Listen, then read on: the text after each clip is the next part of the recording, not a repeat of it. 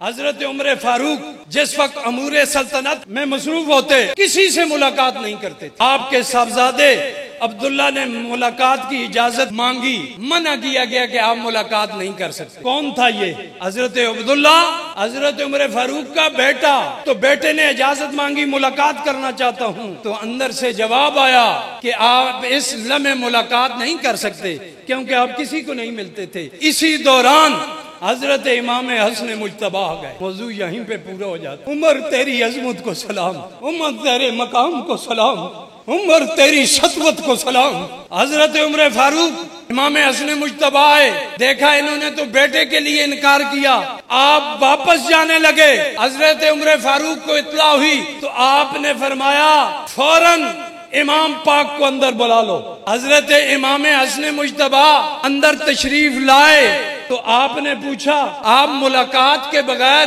کیوں جا رہے تھے؟ آپ نے فرمایا، امام حسن مجتبی نے فرمایا میں نے دیکھا آپ نے اپنے بیٹے کو اجازت نہیں دی تو اس لیے میں واپس چلا گیا۔ اللہ اکبر! آپ نے کیا خوبصورت جملہ فرمایا، یہ جملہ دل کی تختیوں پہ لکھنے کے قابل ہے۔ آپ نے فرمایا وہ عمر کا بیٹا ہے، آپ رسول اللہ کے بیٹے۔ یہ عمر فاروق کے جملے ہیں۔ آج جدا کرتے ہیں، ایک طبقہ ہے وہ صحابہ کی طرف چل پڑا ہے، ایک صرف فقط اہل بیت کی طرف چل پڑا ہے۔ وہ سنی مرکز اسلام، مرکزی جامعہ مسجد الاسناد میں آنے والوں، ہمیں رب نے وہ توفیق دی ہے، ہمارے ہاتھ میں دامن آل مصطفیٰ بھی ہے اور دامن اصحاب مصطفیٰ بھی ہے۔